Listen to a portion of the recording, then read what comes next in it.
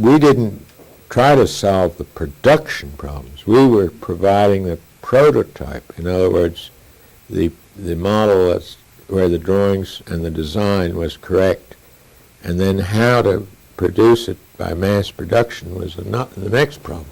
That was largely, Larry wanted to have a production line. It would look well for visiting senators and so forth. And they had a production line. Well, what were we doing, putting out about one helicopter a week? It was ridiculous to have a production line for one a week. But they had to find out the hard way. And this came about because after they'd been in production, they began to come back, the wrecks came back to be rebuilt. And it was found that they could take a whole wreck apart and rebuild it in half the time with a crew of men who stayed on one thing than the production line. So when that showed up, they gave up the production line and made, I guess, at one-third of the expense.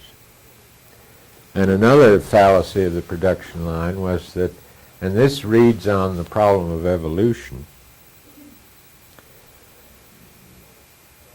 we wanted to try to use Bell parts, and we found that the bearings which we used in the tail rotor were equivalent to the ones that they used in the Airacobra control system.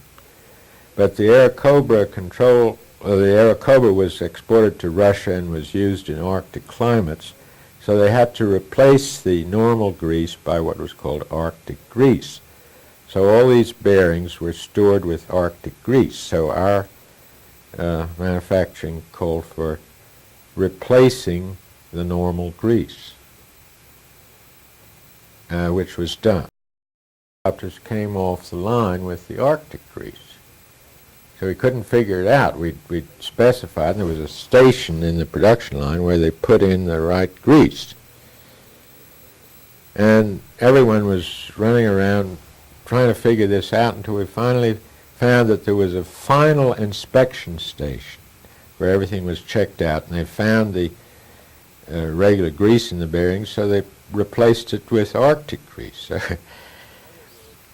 In other words, the change, there were a sort of protective device to prevent the assembly line from changing.